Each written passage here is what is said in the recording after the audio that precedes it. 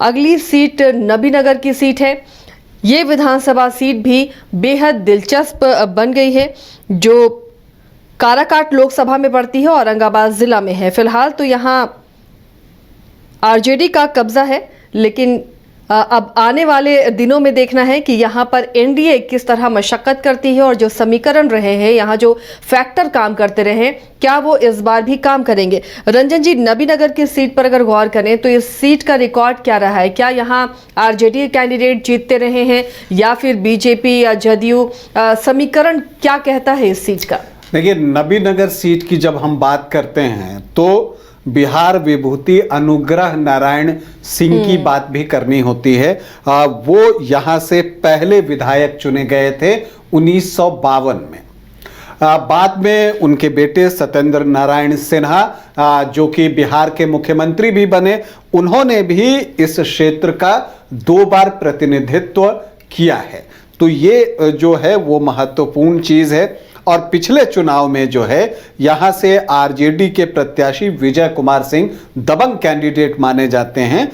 उन्होंने जो है जेडीयू के कैंडिडेट वीरेंद्र कुमार सिंह को जो है वो 20,121 वोटों से पराजित किया। तो एक मार्जिन जो है वो बड़ा मार्जिन था। हालांकि इस सीट पर अगर आप देखिए तो वो आरजेडी का नहीं बल्कि उससे पिछला 2 चुनाव जो है वीरेंद्र कुमार सिंह ने जेडीयू के टिकट पर ही चुनाव जीता था 2010 और 15 में।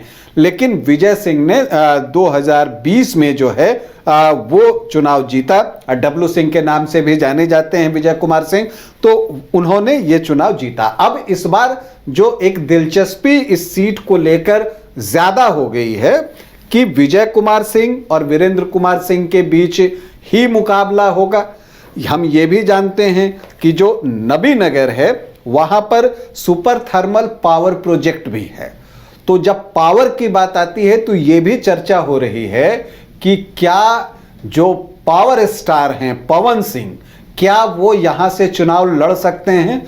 और अगर पवन सिंह चुनाव लड़ते हैं तो किस पार्टी से चुनाव लड़ेंगे? क्या वो बीजेपी में फिर से शामिल होंगे या फिर पवन सिंह जो हैं वो निर्दलीय चुनाव लड़ेंगे या पवन सिंह की पत्नी यहां से चुनाव लड़ेंगी ज्योति सिंह? ये बहुत सारे सवाल जो है या आप कह लीजिए कि ये चर्चा चल रही है दोनों चीजों को लेकर। लेकिन अभी तक किसी को पता नहीं कि पवन सिंह इस सीट से लड़ेंगे या नहीं लड़ेंगे। दरअसल काराकाट लोकसभा का जब चुनाव हो रहा था और तब पवन सिंह यहां से निर्दलीय चुनाव लड़ रहे थे, तो नबीनगर में वो दूसरी पोजीशन पर रहे थे। यहां उनको 52,703 वोट आए थे, जबकि राजाराम सिंह जो कि जीते उनको 55,625 वोट और उपेंद्र कुशवाहा तीसरी पोजीशन पर चले गए थे। उनको सिर्फ 20.82% वोट आया था, 34,732।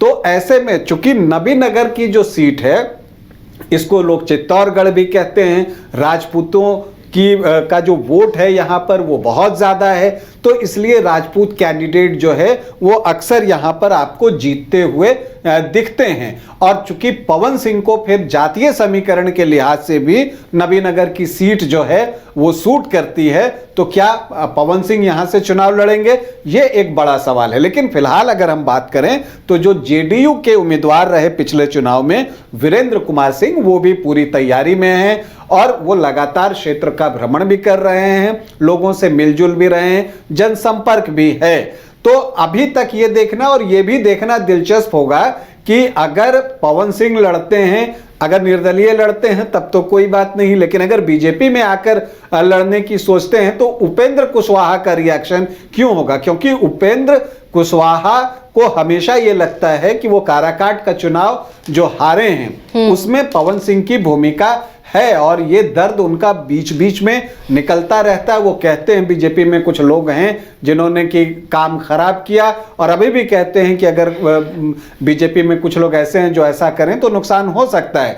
तो ये देखना है इस सीट पर अगर पवन सिंह उतरते हैं तो दोनों के रिश्ते कैसे रहते हैं, उस पर भी बहुत कुछ निर्भर करेगा। लेकिन इस चीज को अभी हम किनारे रखते हैं और देखते हैं कि जो जेडीयू के वीरेंद्र कुमार सिंह हैं और जो आरजेडी से प्रत्याशी हैं विजय कुमार सिंह, उनके बीच जो पिछला मुकाबला हुआ था वो कैसा हुआ था 2020 में। तो 2020 में विजय कुमार सिंह जो है वो लालटेन थामकर चुनावी मैदान में उतरे और उन्होंने 64,943 वोट लाए, 40.7%, जबकि वीरेंद्र कुमार सिंह को 44,822 वोट मिला और विजय कुमार सिंह ने जो है वो 20,000 से ज्यादा वोटों से वो चुनाव जीता। लेकिन दिलचस्प ये था कि जो उपेंद्र कुशवाहा की पार्टी थी आरएलएसपी और जो चिराग पासवान की पार्टी है एलजेपी, उनके उम्मीदवारों ने जेडीयू की संभावनाओं को जो है वो खत्म कर दिया, बल्कि यूं कह लीजिए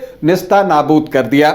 यहां पर एलजेपी से विजय कुमार सिंह नाम के ही प्रत्याशी थे, उन्होंने 9,000 से ज्यादा वोट लाए और जो धर्मेंद्र कुमार थे आरएलएसपी के प्रत्याशी, वो 23,490 वोट लाने में कामयाब हुए थे। मतलब नबीनगर में उपेंद्र कुशवाहा की भी अपनी एक पकड़ है।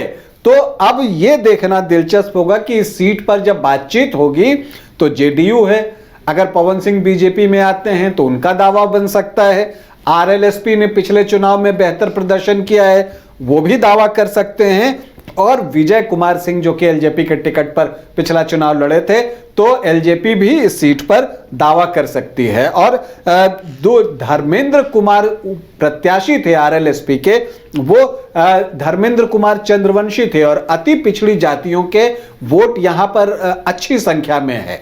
राजपूतों का की तो बहुलता है, लेकिन जब पिछड़ी और अति पिछड़ी जातियों की हम बात करते हैं तो उनका मत प्रतिशत भी यहां पर बहुत अच्छा है नबीनगर में, तो वो डिसाइडिंग हो सकता है, इस बार भी वो बहुत महत्वपूर्ण रहेगा।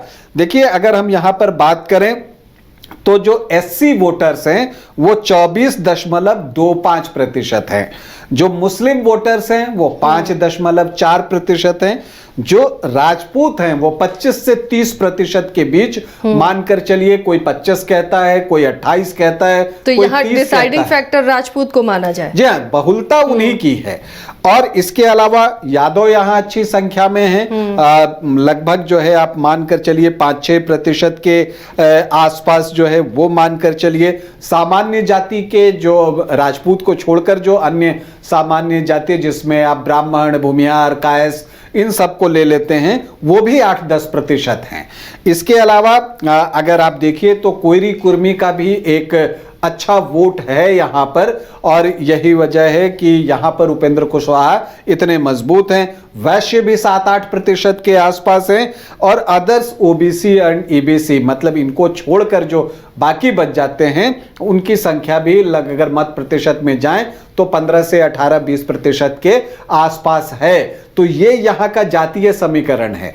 तो यहां पर देखना यह होगा कि बल्क में राजपूत वोटर्स किसे वोट करते हैं। लेकिन पिछली बार वीरेंद्र कुमार सिंह थे, उनके सामने विजय कुमार सिंह थे, तो एक मुकाबला जबरदस्त हुआ है और विजय कुमार सिंह भी अपने क्षेत्र में पूरी तरह से सक्रिय हैं और वो फिर से जो है चुनाव जीतना भी चाहते हैं, ये स्वाभाविक भी है। तो एक मुकाबला जो नबीनगर में होने जा रहा है वो कांटे का मुकाबला होने जा रहा है। हालांकि पिछले बार भी ये उम्मीद थी, हालांकि उसमें विजय कुमार सिंह को जीत जो है लगभग एक तरफा मिली, लेकिन वजह उस समय आरएलएसपी और एलजेपी था। लेकिन इस बार वो बात नहीं होगी, कोई भी एक कैंडिडेट होगा एनडीए से, वो अकेला कैंडिडेट होगा। तो ऐसी परिस्थिति में अगर आप इस बार कड़ा होगा तब, जी हाँ कड़ा होगा। और आप देखिए राजपूत और अन्य सामान्य जाति के वोटों की संख्या एक अच्छी हो जाती है। हालांकि राजपूत वोटों में विजय कुमार सिंह का अपना बड़ा हिस्सा है, वो भी है, लेकिन फिर जो नीतीश कुमार का जो अपना वोट है, वैश्य जाति के जो वोटर हैं वो किस तरफ जाते हैं, इन सारी चीजों पर जो है वो बहुत कुछ जो है वो निर्भर करेगा। हालांकि अब पवन सिंह यहां से चुनाव लड़ते हैं या कहीं और से लड़ते हैं ये बताना अभी मुश्किल है, लेकिन उन्होंने कुछ दिनों पहले एक बयान जरूर दिया था कि वो चुनाव लड़ेंगे। जब कदम रख देले बानी तब पीछे ना हटब। ये बात जो है पवन सिंह ने कही थी। उनकी मनोज तिवारी जो बीजेपी नेता हैं, भोजपुरी के सिंगर रहे थे, उनसे कई बार मुलाकात हुई है। अभी मनोज तिवारी से भी इस बारे में सवाल पूछा गया तो उन्होंने कहा कि अभी थोड़ा वक्त दीजिए, कुछ चीजें समय पर पता चलेंगी। तो इसका मतलब लगता है कि कुछ तो पक रहा है। अब क्या कुछ होता है, क्योंकि इसमें उपेंद्र कुशवाहा का भी रोल इंपॉर्टेंट होगा। क्या वो सहजता से स्वीकार करने को तैयार होते हैं या उनके अपने रिजर्वेशन हैं इस मामले को लेकर, ये देखना भी दिलचस्प होगा। और अगर पवन सिंह की एंट्री नहीं होती है या ज्योति सिंह यहां से चुनाव नहीं लड़ती हैं तो वैसी परिस्थिति में वीरेंद्र कुमार सिंह, विजय कुमार सिंह का मुकाबला एक बार फिर से देखने को मिल सकता है। और अगर यह मुकाबला होता है तो जोरदार होगा। वीरेंद्र सिंह पिछली हार का हिसाब चुकता करना चाहेंगे तो विजय कुमार सिंह एक बार फिर से इस सीट को आरजेडी के लिए रिटेन करना चाहेंगे। चलिए, तो ये नबीनगर का रिकॉर्ड रहा है और इस बार का मुकाबला इसलिए भी बहुत दिलचस्प होगा क्योंकि दोनों खेमा जो है, इंडिया ब्लॉक कहें या फिर एनडीए, अपने अपने तरफ से एक एक प्रत्याशी चुनावी मैदान में उतारेंगे और इन दोनों के बीच आमने सामने की टक्कर होगी। दबाजी कौन मारेगा उस पर भी हमारी नज़र बनी रहेगी।